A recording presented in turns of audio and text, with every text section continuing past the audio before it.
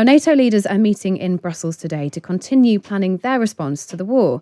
Riho Terras is a former commander of the Estonian Defence Forces and now MEP for Estonia with the Osama Party. NATO, good morning. Riho, good morning. Good morning. Lovely to have you with us. So NATO is meeting today to discuss sending more weapons to Ukraine. What do you want to see? Well, is it about NATO? But at least every single NATO country needs to understand that this war in Ukraine is not about Ukraine. This war is about Europe and about Western value community. And the Ukrainians are fighting actually our war. And Putin has very clearly said that it is about fighting NATO, fighting Western countries. And Medvedev a couple of days ago said that Putin wants to create a space from Lisbon to Vladivostok. So it is about Europe, and therefore I urge all the countries to deliver best offensive weapons they can to Ukraine, because Ukrainians have shown that they are ready to use them properly and really defend their country. It looks like NATO may decide not to officially, at least collectively, offer more weapons today. Do you think that NATO is too weak on this front? Well, I don't think that this is a NATO business. I mean, NATO's alliance to defend its own allies. But as a forum to discuss and coordinate, it is very useful. I know that in the past, NATO has been able to deliver weapons, for example, to NATO training mission in Iraq, as we were building up Iraqi armed forces. I myself was the chief of staff of that entity. But at least as a forum to discuss and coordinate what weapons who has and how we can deliver, I think it is useful. And I really do hope that countries understand after the atrocities of Bucha, which is not a single case. I mean, you will see every day coming new Buchas out of Ukraine. So we need to do something real, and therefore we need to deliver weapons. No doubt about that. So is Estonia sending anything in terms of weaponry? I mean, we know that there's been some tanks sent by the Czech Republic. I think Germany sent some infantry vehicles. The UK has sent some ambulances and now armoured vehicles. What about Estonia? Well, Estonia has been sending weapons, anti-tank javelins, already before the war. I mean, we started to discuss to send howitzers, which were German origin, already months before the war, but Germany didn't allow us. That these howitzers arrived there yesterday because Germany finally understood the need of it. But yes, Estonia, at a certain time, Estonia was the third biggest weapons delivery. Not today anymore, but a certain time ago it was US, UK, and Estonia, and we really have donated more than €500 million worth of weapons.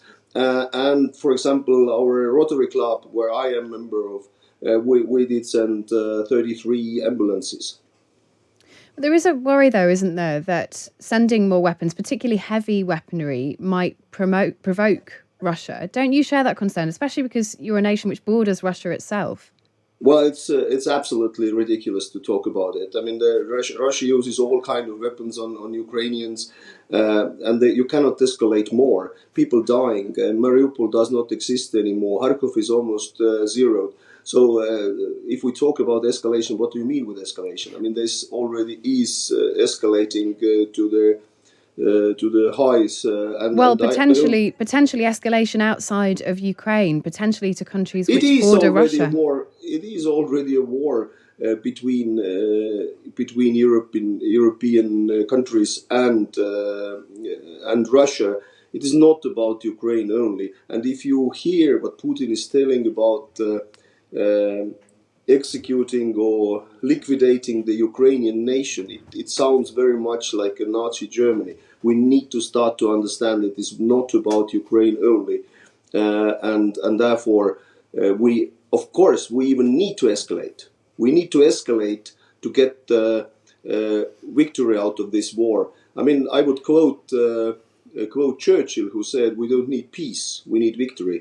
because otherwise this evil will stay around and come every now and then again with new ideas. That's a risky strategy, though, isn't it? I mean, do you not think War that? is Do you not think that there is a risk there? Well, war isn't risky strategy, but the risk. If can you ask these people in Mariupol whether this is a risky strategy? They would tell you they are already risking their lives. They are already for more than 5,000 civilians dead in Mariupol, as today was announced. So war is a risky business, but we didn't start it.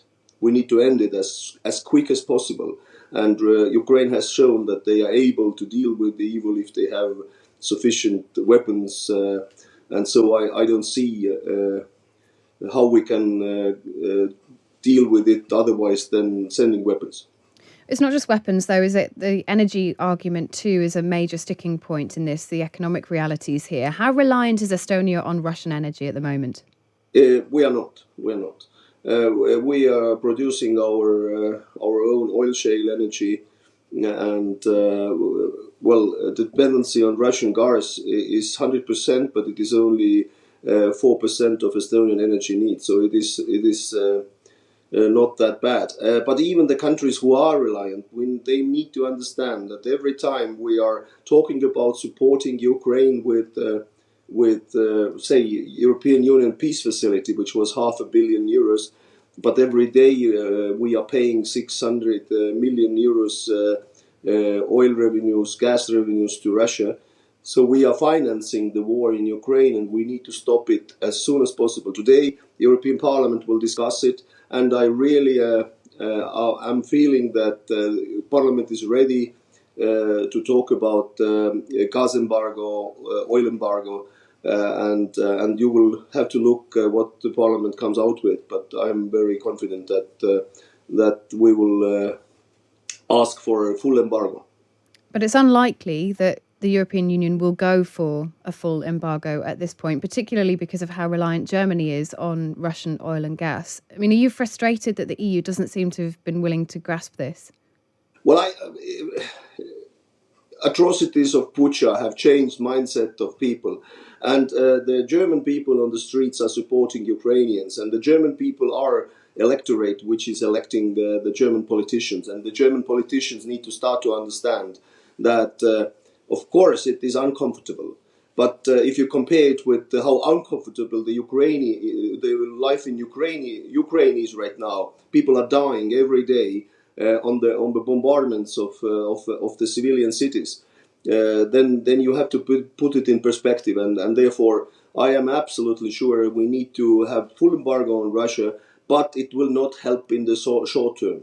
Short term solution is only we have to send offensive weapons, air defense weapons, main battle tanks, armored vehicles, and multi-rocket launchers to Ukraine to help them to win this war for us. Riho Terras, great to have you with us this morning. Thank you very much.